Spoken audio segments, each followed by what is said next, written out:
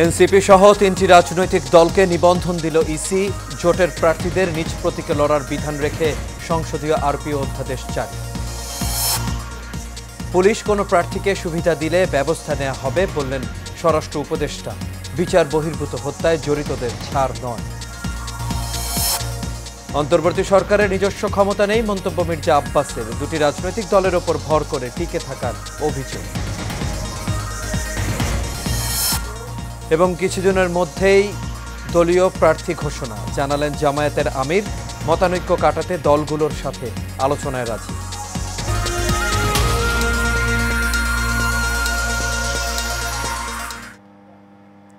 সবাইকে স্বাগত Asian prime নিউজে। দর্শক, পুরো সংবাদ জুড়ে আপনাদের সঙ্গে আছি আমি আনোয়ার রাজ। এতক্ষণ শুনছিলেন বিআরবি কেবল ইন্ডাস্ট্রিজ লিমিটেড সংবাদ শিরোনাম। এবার চলে যাচ্ছে পুরো খবরে।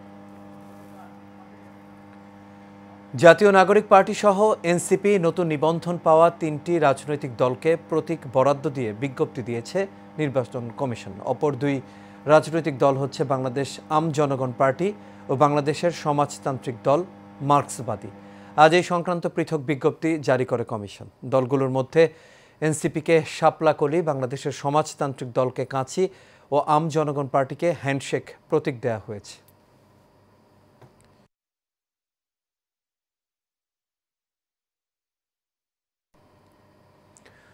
উপদেষ্টা পরিষদের নীতিগত অনুমোদনের পর গণপ্রতিনিধিত্ব আদেশ আরপিও সংশোধন অধ্যাদেশ জারি করেছে আইন মন্ত্রণালয়। এর ফলে জোট মনোনীত প্রার্থীকে নিজ দলের প্রতীকে ভোট করতে হবে। এছাড়া ফেরারি আসামি ভোটে অযোগ্য, মিথ্যা তথ্য দিলে এমপি পদ বাতিল, এমন এক গুচ্ছ নতুন বিধান যুক্ত করা হয়েছে। থাকছে না ভোটও। অনুচ্ছেদ 2 সংশোধন করে আইনশৃঙ্খলা বাহিনীর সংজ্ঞায় সেনাবাহিনী, নৌবাহিনী ও বিমান বাহিনী রাখা হয়েছে। ভোট কেন্দ্র প্রস্তুতের ক্ষেত্রে জেলা নির্বাচন অফিসারের হাতে রাখা হয়েছে। এছাড়া আগে এই ক্ষমতা ডিসির হাতে ছিল। কোনো আদালত কর্তৃক ফেরারি বা পলাতক আসামি ঘোষিত হলে সংসদ সদস্য হওয়ার অযোগ্য হবেন। জামানতের পরিমাণ 20,000 থেকে বাড়িয়ে 50,000 টাকাও করা হয়েছে। সংশোধনীতে ইলেকট্রনিক ভোটিং মেশিনের ব্যবহার সংক্রান্ত বিধান বিলুপ্ত করা হয়েছে। এছাড়া ভোট গণনার সময় গণমাধ্যম কর্মীরা উপস্থিত থাকতে পারবেন।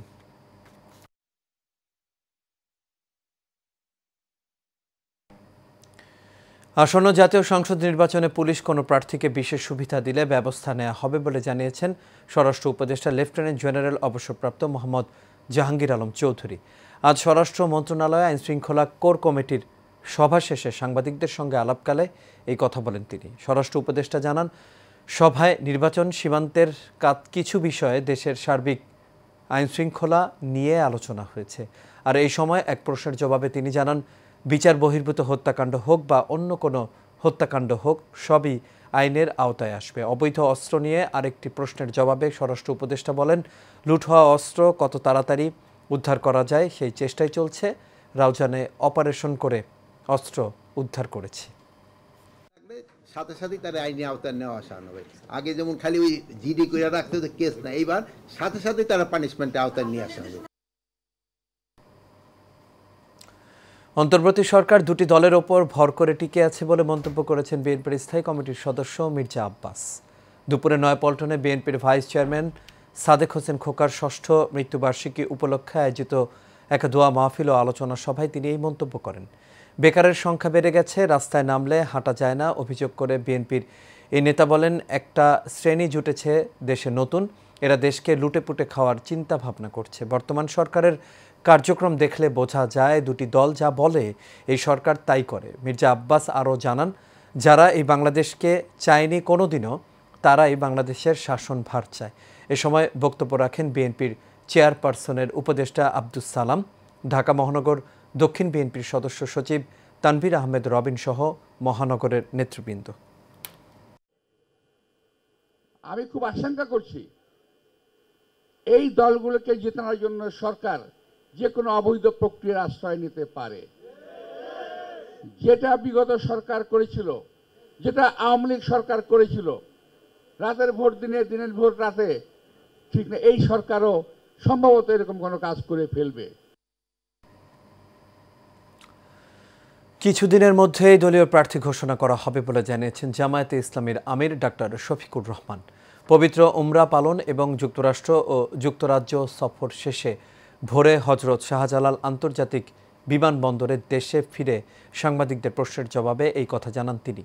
মতানৈক্যই গণতন্ত্রের সৌন্দর্য এমন মন্তব্য করে তিনি বলেন, রাজনৈতিক দলগুলোর মধ্যে মতানৈক্য কাটাতে আলোচনায় বসতে রাজি তার দল। এ সময় নির্বাচন কমিশনারের কাছে প্রবাসীদের ভোটাধিকার রেজিস্ট্রেশনে আরও 15 দিন সময় বাড়ানোর দাবি জানান ডাক্তার শফিকুর রহমান। আমরা এটা জানিয়ে দিয়েছি, চূড়ান্ত তালিকাটা সময় মতো আমরা ইনশাল্লাহ কেন্দ্রের পক্ষ থেকে ঘোষণা করব। তবে যেহেতু আমরা একা ইলেকশন করব না, আরও অনেককে আমরা ধারণ করব, দেশ এবং জাতির স্বার্থে সব দিক বিবেচনা করেই চূড়ান্তভাবে যথাসময় ইনশাল্লাহ আমরা প্রার্থী ঘোষণা করব। আমাদের মধ্যে মতানৈক্য হোক, তবে দোয়া করেন মতবিরোধ যেন না হয়। আবু সাইদ হত্যা মামলার 10ম দিনের সাক্ষ্য গ্রহণের দিন ধার্য ছিল আজ, তবে সাক্ষী না আসায় সাক্ষ্য গ্রহণ পিছিয়ে আগামী 10 নভেম্বর দিন ধার্য করেন আন্তর্জাতিক অপরাধ ট্রাইব্যুনাল। বেলা সোয়া 11টার পর এই দিন ধার্য করেন ট্রাইব্যুনাল 2। এদিন প্রসিকিউশনের পক্ষে সময় চেয়ে আবেদন করা হয়, পরে আবেদন মঞ্জুর করে নতুন দিন ধার্য করেন আদালত। টানা তিন দিন ধার্য তারিখে সাক্ষী হাজির হলো না ট্রাইব্যুনালে। এ প্রসঙ্গে কনস্টেবল সুজনের আইনজীবী আজিজুর রহমান দুলু বলেন, সাক্ষী যথাসময়ে উপস্থিত না করা প্রসিকিউশনের ব্যর্থতা। এদিকে রামপুরায় ছাদের কার্নিশে ঝুলে থাকা আমির হোসেনকে গুলি করা সহ দুজনকেই হত্যার মামলায় 5ম ও 6ষ্ঠ সাক্ষী জবানবন্দি দেন। তারিখে উপস্থিত হয়নি, আমরা সেই সময়ের আবেদন সরাসরি না পেলেও এবং কারণ জানতে না পারলেও ইহা প্রতীয়মান হয় যে প্রসিকিউশনের ব্যর্থতার কারণে এই সাক্ষী উপস্থাপিত হয়নি আদালতে।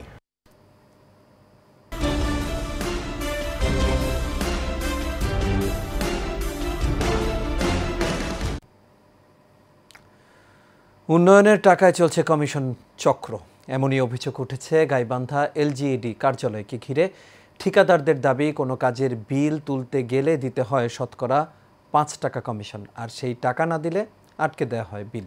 আবার টাকা দিলে কাজ না করেও বিল উত্তোলনের ঘটনা ঘটেছে। সম্প্রতি এসব নানা অভিযোগের জেরে এলজিইডি অফিসে উত্তেজনা ছড়িয়ে পড়লে ক্ষমা চাইতে বাধ্য হন নির্বাহী প্রকৌশলী নিজেই। সুমন মণ্ডলের প্রতিবেদন জানাচ্ছেন শেখ ফাহিম। ঘুষের টাকা চাওয়াকে কেন্দ্র করে এভাবেই ঠিকাদারদের রোষানলে পড়েন গাইবান্ধা এলজিইডির নির্বাহী প্রকৌশলী উজ্জ্বল চৌধুরী। শেষ পর্যন্ত ভবিষ্যতে এমন ঘটনার পুনরাবৃত্তি হবে না মর্মে ক্ষমা চান প্রকাশ্যে। চলতি বছরের 28 জুলাই IRIDF 3 প্রকল্পের আওতায় পলাশবাড়ী উপজেলা পবনাপুর ইউনিয়নের সামনে থেকে হরিণাবাড়ি বাজার পর্যন্ত রাস্তার কাজে আগাম বিল দেওয়া সহ নানা অনিয়মের অভিযোগে নির্বাহী প্রকৌশলী উজ্জ্বল চৌধুরী সহ বেশ কয়েকজনের বিরুদ্ধে জেলা প্রশাসকের কাছে অভিযোগ দেওয়া হয়।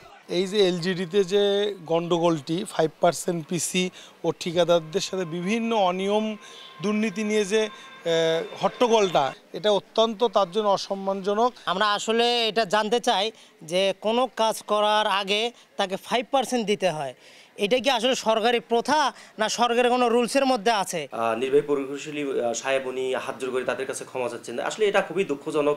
সুশীল সমাজের অভিযোগ, উন্নয়নের নামে নিজেদের উন্নয়ন করে চলেছেন এই নির্বাহী প্রকৌশলী সহ তার সহচররা।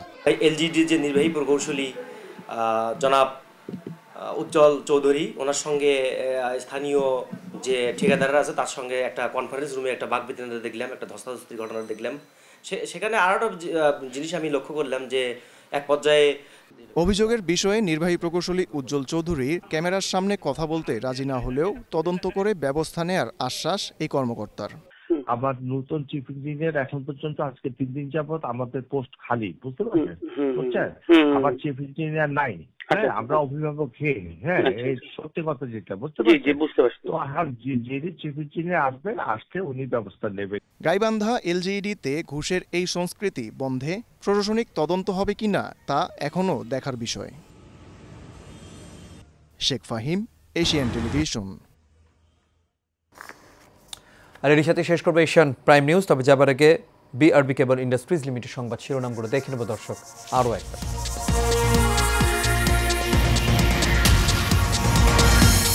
এনসিপি সহ 3টি রাজনৈতিক দলকে নিবন্ধন দিল ইসি। জোটের প্রার্থীদের নিজ প্রতীকে লড়ার বিধান রেখে সংশোধিত আরপিও অধ্যাদেশ জারি। পুলিশ কোনো প্রার্থীকে সুবিধা দিলে ব্যবস্থা নেওয়া হবে বললেন স্বরাষ্ট্র উপদেষ্টা। বিচার বহির্ভূত হত্যায় জড়িতদের ছাড় নয়। অন্তর্বর্তী সরকারের নিজস্ব ক্ষমতা নেই মন্তব্য মির্জা আব্বাসের। 2টি রাজনৈতিক দলের ওপর ভর করে টিকে থাকার অভিযোগ। এবং কিছুদিনের মধ্যে দলীয় প্রার্থী ঘোষণা জানালেন জামায়াতের আমির। মতানৈক্য কাটাতে দলগুলোর সাথে আলোচনায় আছে।